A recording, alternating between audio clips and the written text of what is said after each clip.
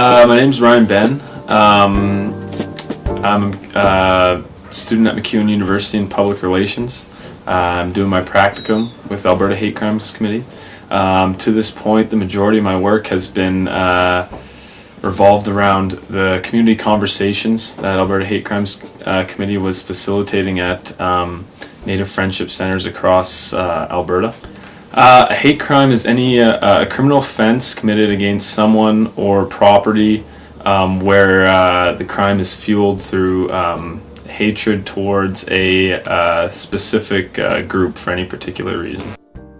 Train cultural people to go into the schools, to the RCMP, to everybody,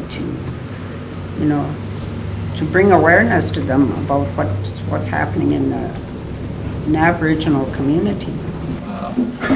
We look after hate crimes that fall under the criminal code, and then other bodies would look after situations such like unlawful dismissal or something where there could be remedy. Yeah, we've dealt with, like, on our victim services, we've dealt with a lot of that, like, over the years, like unlawful dismissal, and we do, that's our first referral to them, is directing them to human rights, and Alberta employment. Have a negative feedback, someone from us gonna act back again, and we're gonna make it worse than what it is. So that's what we hide ourselves. Is if something happened, we don't go on just the impact of after. Yeah. So I'm a Métis person myself, so it was a very good trip for me to connect and to get into those communities. I also want to, in the future, I want to make a career with dealing with Indigenous groups, if possible. So I learned a lot in how to deal with them, and also I learned a lot from the people when they spoke. So. The big target is the Indigenous people, because we're surrounded by 4 big reserves and 2 Métis settlements. But in a more specific sense, so it doesn't look so obvious, the target has been the Backstreet Boys here in St. Paul. We have the Backstreet Boys. The Backstreet Boys are Indigenous men and women that frequent the streets here in St. Paul, and usually they get intoxicated. I know for a fact that they fight among themselves, they don't fight outside of that. But in recent times, they've been the target of hate crimes. And when I talk about hate crimes, I'm talking about physical abuse, where a group of people will jump out of a truck and beat that person. Where somebody attacked him with a bat, he said. And it's because they're intoxicated, they're helpless, they can't, do anything when they're intoxicated. And there was another incident when I first started here. There's 2 older gentlemen that would come frequent the center, and of course by the time afternoon hits, when we're closing the center, they're already nice and feeling happy and buzzed.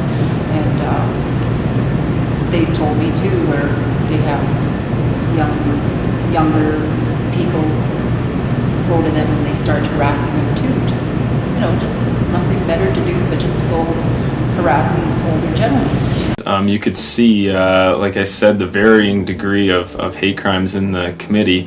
Where there was a stronger relationship with the RCMP, there seemed to be not as many, at least, or not as serious of cases.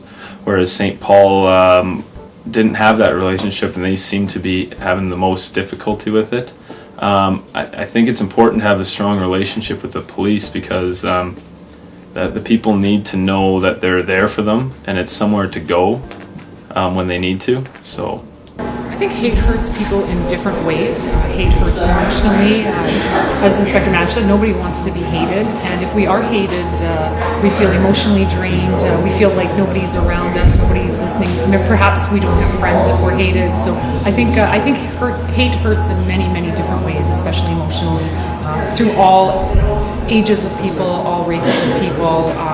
and it's something that we have to stop. You know where you live in a community, a small community. So that's where we're having these home invasions now. So nobody's going to report on these people as to what's happening, the type of violence is going on. Yeah, so that's that fear for their own safety, they're not going to report it.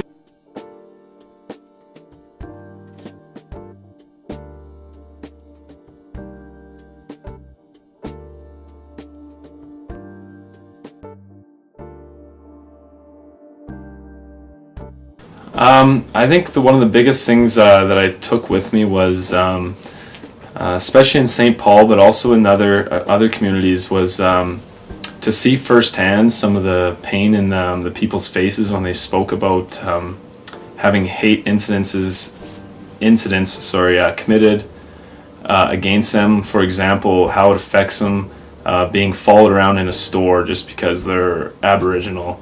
I've never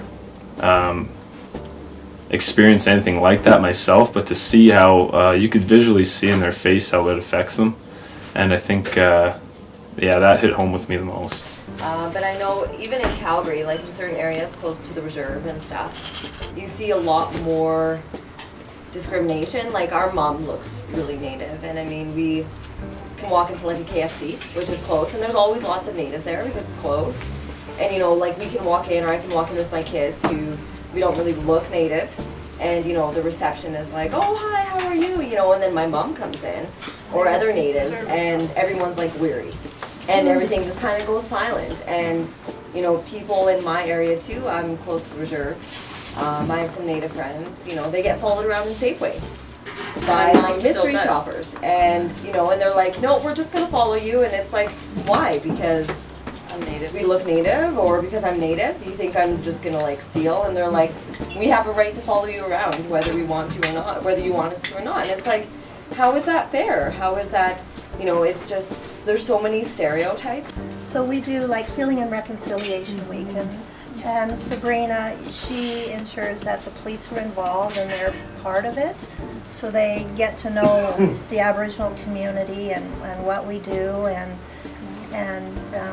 they become, I don't like the word tolerant because that's still a negative to me, but they come to know us and be supportive, and that's turning out to be a great relationship for us. So you have to do these proactive things to combat the racism. I really learned a lot from it, meet different people, and you know, actually just see how other people have been experienced with the hate crime. I thank everybody that made this possible. We need a lot of these events to be happen around so people can know each other and love each other. Thank you.